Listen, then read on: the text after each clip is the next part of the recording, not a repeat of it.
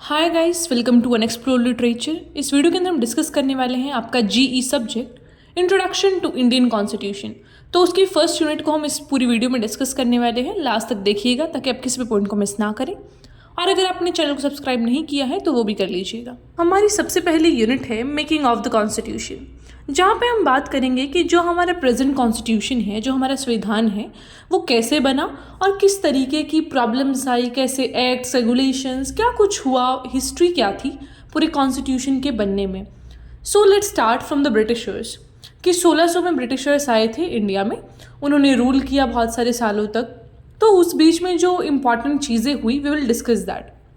तो 1765 में उनको दीवानी राइट्स मिल गए थे। दिस इज़ दीवानी राइट्स, तो ये स्पेलिंग एरर हो गया है। सो दीवानी राइट्स का मतलब होता है जब आपको पॉलिटिकल और इकोनॉमिक राइट मिल जाते हैं एक प्लेस के, तो शाह आलम ने उनको दिए थे। ये चीज़ आप मेंशन कर सकते हैं। Then the next thing is कि जो हमारा हिस्टोरिकल बैकग्राउंड है कॉन्स्टिट्यूशन के बनने में, उसको दो पार्ट्स में डिवाइड किया जाता है। सबसे पहला है कंपनी रूल। कंपनी रूल बोले तो ईस्ट इंडिया कंपनी जब यहाँ पे रूल कर रही थी, तो उसका टाइम पीरियड है 1773 से लेके 1858 तक, जब हमारा फर्स्ट वॉर ऑफ इंडिपेंडेंस लड़ा गया था। Then is crown rule. Crown rule में क्या हुआ था, जब कंपनी रूल कर रही थी ना, तो लोगों के अंदर बहुत ज़्यादा कॉन्फ्लिक्ट्स आ गए थे। लोग बिल्कुल भी एग्री नहीं कर रहे थे ब्रिटिश रूल से।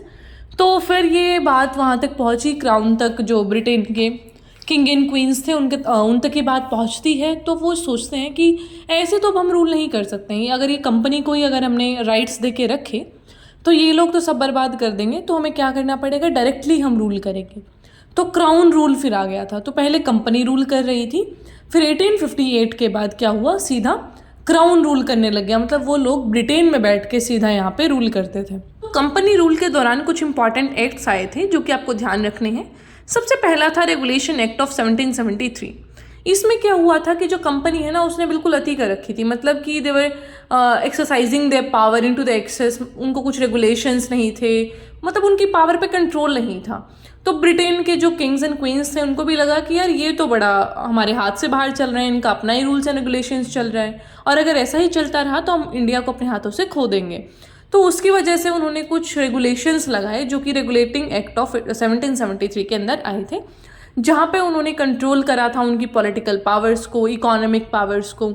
फिर सुप्रीम कोर्ट बनाया गया था, जो सबसे पहले चीफ जस्टिस ऑफ इंडिया थे सर एलिजम्फी। तो इस तरीके की कुछ वहाँ पे रेगुलेशंस है। आपको इनके अंदर की बातें ज़्यादा याद नहीं रखनी है, सिर्फ अपने 15 मार्कर क्वेश्चन के लिए थोड़े से आप ये पॉइंट जोड़ सकते हैं। Then is amending act of 1781। तो जो गलतियाँ इन्होंने 1773 वाले एक्ट में करी उसको सुधारने के लिए फिर ये लेके आए थे अमेंडिंग एक्ट ऑफ 1781 कि भाई ये थोड़ी सी चीज़ें छूट गई थी पहले वाले में, हम ये जोड़ देते हैं। फिर सबसे इंपॉर्टेंट आता है Pitt's India act of 1784। Pitt's India act of 1774 में इन्होंने क्या करा, दो कंट्रोलिंग बॉडीज इन्होंने अपॉइंट करी, board of control and court of directors. तो ये दो कंट्रोलिंग बॉडीज आई, इन्होंने अपने अपने जो एरियाज थे उनके अंदर रूल किया। मतलब कि कुछ पुलिस जो कोर्ट ऑफ डायरेक्टर्स है उन्होंने कॉमर्स की फील्ड को संभाला, और जो बोर्ड ऑफ कंट्रोल है उन्होंने पुलिस, एडमिनिस्ट्रेशन, ये सारी ड्यूटीज़ हैं जो वो निभाई। फिर आता है अमेंडमेंट एक्ट ऑफ 1786। इसमें भी फिर वही जो भी गलतियां हुई थी पिट्स इंडिया एक्ट में उसको रिफॉर्म किया गया, और काफ़ी सारी जो कमांडिंग पावर्स हैं वो भी दी गई थी इसमें। देन इस charter act of 1793, charter act of 1813। 1813 वाला इंपॉर्टेंट है, जहाँ पे ट्रेड मोनोपोली की बात की गई है कि जो चाइना के साथ ट्रेड मोनोपोली है उसको बढ़ा दिया गया था 20 साल तक, और फिर क्रिश्चियन मिशनरीज को आने की परमिशन दी गई थी। Then is charter act of 1833 and charter act of 1853। 1853 वाले में they also talked about certain legislations कि भाई अब जो कंपनी है ना वो आगे ट्रेड है जो सिर्फ चाइना के साथ कर सकती है और टी में ट्रेड कर सकती है, उनकी ट्रेड मोनोपोली को यहाँ पे ख़त्म कर दिया गया था। तो ये सारी चीज़ें हुई थी। ये मैंने अपनी चीज़ें सिर्फ आपको बताई हैं कि ये सारे पॉइंट्स हैं इनके अंदर। आप कुछ पॉइंट्स को याद रख लीजिएगा, ज़्यादा आपको डिटेल में जाने की ज़रूरत है नहीं, because specifically I don't think so कि वो पूछेंगे कि ये पिट्स इंडिया एक्ट क्या था एंड थिंग्स लाइक दैट। उसके बाद आता है क्राउन रूल। तो क्राउन रूल के कुछ इंपॉर्टेंट लेजिस्लेशंस हैं, government of India act 1858, Indian council act 1861, 1892, 1909, 1919। फिर साइमन कमीशन आया था 1927 में, कॉमनवेल्थ अवार्ड्स 1932 में, government of India act 1935 and the last one was India's independence act of 1947। तो ये सारी चीज़ें सिर्फ आप एक सीक्वेंस में याद कर लीजिए। ये सिर्फ इसलिए है कि आपको थोड़ा सा लिंक कनेक्ट हो जाए, जो भी हम आगे आने वाले यूनिट्स में बताने वाले हैं कि ये हिस्ट्री रही है, इससे ही फिर हमारा कॉन्स्टिट्यूशन निकल के आया। तो अब आते हैं हमारे मुद्दे की बात पे कि हमारा संविधान है, जो हमारा जो कॉन्स्टिट्यूशन है, इतना अच्छा कॉन्स्टिट्यूशन कि उसको हमें बदलने की ज़रूरत नहीं पड़ी, वो इतने सालों से चलता आ रहा है। That is very much good. अभी के कॉन्टेक्स्ट में भी कुछ कुछ देश ऐसे हैं जिन्होंने 5-5 बार 3-3 बार अपना कॉन्स्टिट्यूशन चेंज कर लिया, लेकिन हमारा कॉन्स्टिट्यूशन उसको चेंज करने की ज़रूरत नहीं पड़ी। सिर्फ हम कुछ अमेंडमेंट्स कर देते हैं जो भी हमारी नई नीड्स आती हैं, मतलब प्रेजेंट कॉन्टेक्स्ट के हिसाब से। Otherwise we didn't like tried, या फिर हमें ज़रूरत ही नहीं पड़ी तो क्या ही ट्राई करना था कॉन्स्टिट्यूशन को चेंज करने का। तो शुरुआत कहाँ से हुई पूरी कॉन्स्टिट्यूएंट असेंबली की और किस तरीके से? तो कॉन्स्टिट्यूएंट असेंबली वाज असेंबली, मतलब गैदरिंग ऑफ पीपल, एक्सपर्ट्स जिन्होंने कॉन्स्टिट्यूशन को बनाया था। तो सबसे पहले जो इंसान थे वो थे एम.एन. रॉय। एम.एन. रॉय ने 1934 में बोला कि भैया हमें चाहिए कॉन्स्टिट्यूएंट असेंबली। 1935 में जो कांग्रेस थी, इंडियन नेशनल कांग्रेस, उसने भी ऑफिशियली डिमांड कर लिया कि हाँ, एम.एन. रॉय ठीक कह रहा था, हमें कॉन्स्टिट्यूएंट असेंबली चाहिए, हमें अपना संविधान खुद बनाना है। तो जैसे करके फिर कॉन्स्टिट्यूएंट असेंबली बनी। उसका कॉम्पोजिशन क्या था, मतलब उसमें कौन कौन से मेंबर्स थे? तो 389 इसकी टोटल स्ट्रेंथ थी। उसमें से 389 में से सीट डिवाइड कर रखी थी। तो इस टोटल में से 296 तो मेंबर थे ब्रिटिश इंडिया के और 93 थे प्रिंसली स्टेट्स। ब्रिटिश इंडिया बोले तो जहाँ पे ब्रिटिशर्स रूल कर रहे थे, और प्रिंसली स्टेट्स थे जहाँ पे राजा रजवाड़े रूल कर रहे थे, मतलब जहाँ पे प्रिंस, किंग, ये वाला रूल था, मोनार्की टाइप, मतलब जहाँ पे राजा रूल करते हैं। तो 296 थी जो, उनमें से भी डिवीज़न था। 292 तो थी गवर्नर प्रोविंसेस की, और 4 थी चीफ कमिश्नर प्रोविंसेस की। तो ये सब होता है, इनकी मीटिंग्स होती हैं, इलेक्शन हो जाता है 1946 में। तो यहाँ पे जो प्रिंसली स्टेट्स हैं वो पार्टिसिपेट नहीं करते हैं, और जो मुस्लिम लीग है उसने भी एक बार तो बॉयकॉट कर दिया था, लेकिन बाद में वो पार्टिसिपेट कर लेती है। तो ये सारी प्रॉब्लम्स आती हैं इनिशियल इनकी कॉन्स्टिट्यूएंट असेंबली के अंदर, लेकिन फाइनली जब इलेक्शन होते हैं 1946 में तो कांग्रेस जीत के आ जाती है। तो अब बात करते हैं फॉर्मेशन ऑफ द कॉन्स्टिट्यूशन की। तो मीटिंग्स देख लेते हैं। सबसे पहली मीटिंग हुई थी कॉन्स्टिट्यूएंट असेंबली की 9 दिसंबर 1946 के अंदर, जहाँ पे सचिदानंद सिन्हा को क्या बनाया गया था? टेम्परेरी चेयरमैन बनाया गया था। एक तरीके से हम प्रेसिडेंट मान सकते हैं। तो ये एक फ्रेंच प्रैक्टिस होती है जहाँ पे सबसे बड़ा जो मेंबर होता है असेंबली का, उसको बना दिया जाता है चेयरमैन। तो यहाँ पे क्या हुआ, काफ़ी सारे जो प्रोटेस्ट हैं वो हुए। मुस्लिम लीग ने एब्सटेन किया, मतलब उन्होंने बोल दिया कि भाई हम पार्टिसिपेट नहीं करेंगे। फिर सेकेंड सेशन हुआ 11 दिसंबर को, जहाँ पे राजेंद्र प्रसाद जी हैं जो, उनको बनाया गया था प्रेसिडेंट ऑफ इंडिया, और जवाहरलाल नेहरू ने भी ऑब्जेक्टिव रेजोल्यूशन निकाला था 13 दिसंबर को।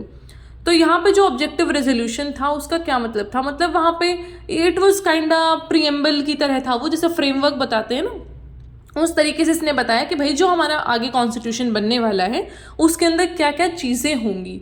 तो उसने भी काफ़ी इंपॉर्टेंट रोल प्ले किया है हमारे कॉन्स्टिट्यूशन की फ्रेमिंग में। फिर आता है हमारा थर्ड सेशन जो कि हुआ 28 अप्रैल 1947 को। तो यहाँ पे जो ऑब्जेक्टिव रेजोल्यूशन है उसके ऊपर डिबेट्स हुई, फिर रेजोल्यूशन को अडॉप्ट किया गया। कुछ गाइडिंग प्रिंसिपल बताए गए कि भैया ये सारे प्रिंसिपल्स हैं, इनको नज़र में रखते हुए हम कॉन्स्टिट्यूशन बनाएंगे। Then the fourth session was on 14 जुलाई 1947। यहाँ पर भी काफ़ी सारी रिपोर्ट्स को डिस्कस किया गया और डिसाइड किया गया कि जो इंडिया है उसका पार्टीशन होगा 2 असेंबलीज़ के अंदर, इंडिया एंड 1 फॉर पाकिस्तान, कि भैया 2 असेंबलीज़ बनेंगी, वहाँ पे अलग अलग नेशन की जो चीज़ें हैं उनको डिस्कस किया जाएगा। तो ये चीज़ें आपको याद रखनी है कि कौन सा सेशन कब हुआ था और उनके अंदर क्या डिस्कशन किए गए थे।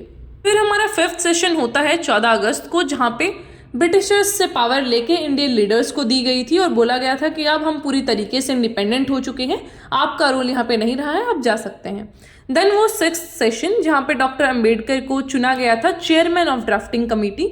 ड्राफ्टिंग कमेटी क्या होती है? वो कमेटी जिसने कॉन्स्टिट्यूशन को ड्राफ्ट किया था, मतलब उसका जो खाका है वो तैयार किया था या फिर कहीं कॉन्स्टिट्यूशन को लिखा था। तो इन्होंने अपना जो फर्स्ट ड्राफ्ट है कॉन्स्टिट्यूशन का उसको प्रेजेंट किया, डिटेल बाय डिटेल इन्होंने पूरी जो क्लॉजेज हैं उनका डिबेट एंड डिस्कशंस हुआ, सारी चीज़ें हुई थी सेशन के अंदर। देन वो 7th सेशन जो कि 15 नवंबर से लेके जैन 26 तक हुआ। तो यहाँ पे भी काफ़ी सारे डिस्कशंस हुए, अमेंडमेंट्स कहे गए यहाँ पे। मतलब क्या होता है जब आप एक कॉन्स्टिट्यूशन तैयार कर रहे हैं तो 60 से ज़्यादा आपने कॉन्स्टिट्यूशंस को पढ़ा है, अलग अलग देश के कॉन्स्टिट्यूशंस को आपने पढ़ा, तब आप उसको लेके आ रहे हैं। तो कुछ न कुछ तो कोई उससे एग्री करेगा, कोई नहीं करेगा। अब ये तो होता ही है, अगर नया कॉन्स्टिट्यूशन बन रहा है तो पीपल विल से कि हाँ ये अच्छा है, कोई बुरा बताएगा। तो सबकी बातों को ध्यान में रखते हुए सारी चीज़ों को डिबेट एंड डिस्कस किया गया ताकि कोई भी कमी ना रह जाए। And one more thing, people like think this way कि जो हमारा कॉन्स्टिट्यूशन है वो तो बोरोड कॉन्स्टिट्यूशन है, कि वो तो कहीं कहीं से उठा के ले लिया गया, ये कैसा कॉन्स्टिट्यूशन हुआ। So this is very wrong idea, क्योंकि कॉन्स्टिट्यूशन हमने कहीं कहीं से उठा के नहीं बनाया है, हमने सभी के कॉन्स्टिट्यूशन को पढ़ा है ताकि हमारा कॉन्स्टिट्यूशन बेस्ट बन सके। जैसा कि चाणक्य ने कहा भी है कि अगर हम खुद गलतियां कर करके सीखेंगे तो जिंदगी बहुत छोटी पड़ जाएगी, तो we have to learn from others mistake. तो वही चीज़ यहाँ पे इम्प्लीमेंट की गई थी। जब ये सारे सेशंस हो गए थे तो उसके बाद जो फाइनल ड्राफ्ट था इंडियन कॉन्स्टिट्यूशन का, वो प्रिपेयर किया ड्राफ्टिंग कमेटी ने, जिसके चेयरमैन थे डॉक्टर BR अम्बेडकर, और कॉन्स्टिट्यूएंट असेंबली के सामने जाके रख दिया 4 नवंबर 1948 को। तो जब इन्होंने ये सारी चीज़ें पढ़ ली, सारे डिस्कशंस हो गए, डिबेट्स हो गई, तो 26 नवंबर को ये फाइनल मान लिया गया कि भैया ठीक है, आज हम अपने कॉन्स्टिट्यूशन को अडॉप्ट करते हैं और उसी दिन हम मनाते हैं संविधान दिवस या फिर कहीं कॉन्स्टिट्यूशन डे। तो ये चीज़ है। लेकिन the most important thing here is कि 26 नवंबर को सारा कॉन्स्टिट्यूशन हमने अडॉप्ट नहीं किया था, उसका कुछ पार्ट अडॉप्ट किया था, कुछ आर्टिकल्स अडॉप्ट किए थे जो कि काफ़ी इंपॉर्टेंट थे। फॉर एग्जांपल सिटीजनशिप के जो आर्टिकल्स थे, तो वो सारी चीज़ें यहाँ पे अडॉप्ट हुई थी। लेकिन जो हमारा पूरा कॉन्स्टिट्यूशन है वो अडॉप्ट किया गया था 26 जन 1950 को। तो इन्होंने क्या किया, 26 जनवरी को अपना कॉन्स्टिट्यूशन अडॉप्ट कर लिया, जितना भी था वो कुछ पार्ट। देन 24 जन को कॉन्स्टिट्यूएंट असेंबली के सामने इन्होंने फाइनल कॉपी रख दी कि लीजिए अब ये फाइनल खाका तैयार हो गया है, this is the final constitution we have, अब आप अपना स्टैंप लगा दीजिए इस पर। तो इन्होंने फाइनली उस चीज़ को स्टैम्प किया and everything was done on the 26 जन 1950, जिस दिन हम रिपब्लिक डे मनाते हैं। So this was all about कि कैसे हमारा कॉन्स्टिट्यूशन बना, कितनी प्रॉब्लम्स आई और किस तरीके से हमारा अप्रोच था कॉन्स्टिट्यूशन को बनाने में। This we all get to know in this lecture. तो आई होप आपको ये सब समझ आया होगा। अगर कोई भी क्वेश्चन क्वेरी जो भी है तो पूछ लीजिएगा कमेंट बॉक्स में। I will meet in the next video. Till then take care, stay happy, stay healthy.